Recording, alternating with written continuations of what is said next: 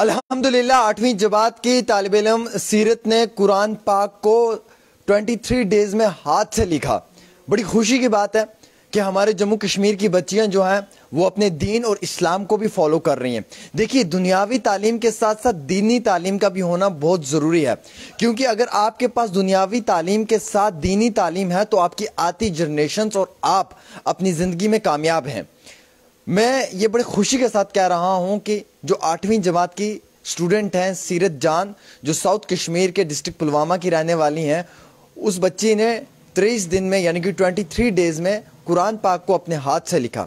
اور یہ بچی کی عمر بہت کم ہے، حالانکہ یہ بچی کافی قابل بچی ہے۔ اس کے استاد نے یہ کہا تھا ایک نیوز چینل میں کہ یہ بچی لکھنے پڑھنے میں بھی بہت قابل ہے، اور دینی تعلیم کے ساتھ ساتھ دنیاوی تعلیم میں بھی اس بچی کا ایک بہت بڑا رول ہے۔ اور مجھے اس بات میں بہت خوشی ہو رہی ہے کہ ہمارے آتی نسل کی جو بچیاں ہیں وہ اپنے آپ کو سمجھ چکی ہیں، وہ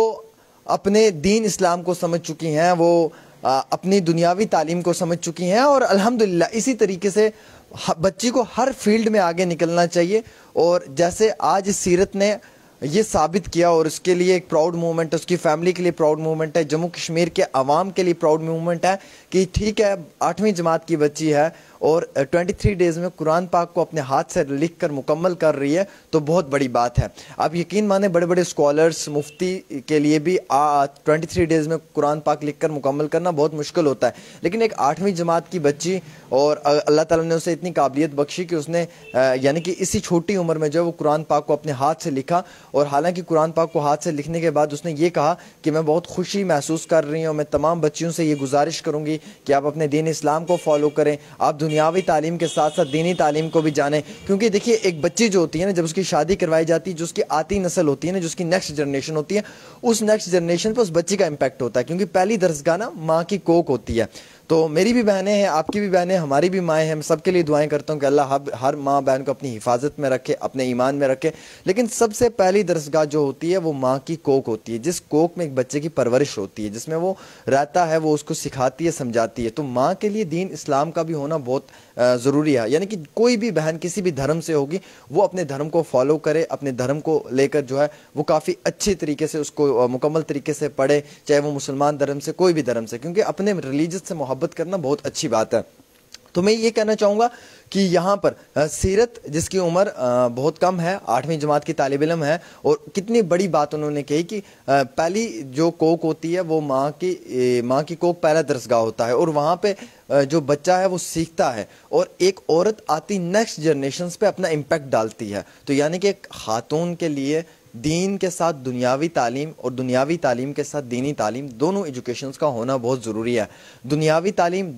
پڑھ لکھ کر وہ ایک اچھا رتبہ حاصل کر سکتی ہے، اپنے آتی نسلوں کو جو ہے وہ مضبوط کر سکتی ہے، اور دینی تعلیم پڑھ کر وہ اپنے آپ کو اور اپنی آتی نسلوں کو سدھار سکتی ہے، انہیں صحیح اور غلط کی پہچان بتا سکتی ہے، سچ اور جھوٹ کا نقصان بتا سکتی ہے۔ اور اسی طریقے سے یہ جو 8ویں جماعت کی طالب علم ہے سیرت بہن، آپ کو بہت بہت مبارک ہے میری طرف سے۔ اللہ آپ کو خوش رکھے، آباد رکھے، اللہ آپ کو اپنے حفظ و ایمان میں رکھے، اللہ آپ کو اپنی نگرانی میں رکھے۔ بہت خوشی مجھے محسوس ہوئی میری بہن کہ آپ نے 8ویں جماعت کے اندر رہ کر جو ہے وہ ایک قرآن پاک کو اپنے ہاتھ سے لکھا، اور الحمدللہ مجھے بہت پراؤڈ محسوس ہو رہا ہے کہ یہ میری بہن نے اتنا بہترین اور عمدہ کام کیا۔ میرے پاس الفاظ نہیں کہ میں آپ کی تعریف کروں، بس میں آپ کی جذبے اور آپ کی ہمت کو سلام کرتا ہوں، اور میں یہ کہتا ہوں کہ اسی طریقے سے آگے بھی ایسے ہی اچھے اچھے انیشیٹوز لیتے رہیں اپنی زندگی میں۔ اللہ آپ کو کامیاب کرے، اور سب لوگوں کے اسی طریقے سے جو ہے وہ حوصلے پختہ ہونے چاہیے، مضبوط ہونے چاہیے، اور جو انسان جس چیز کی نیک نیت اور نیک مراد رکھتا ہے دل میں، اللہ اس کی نیک نیت اور نیک مراد کو بھی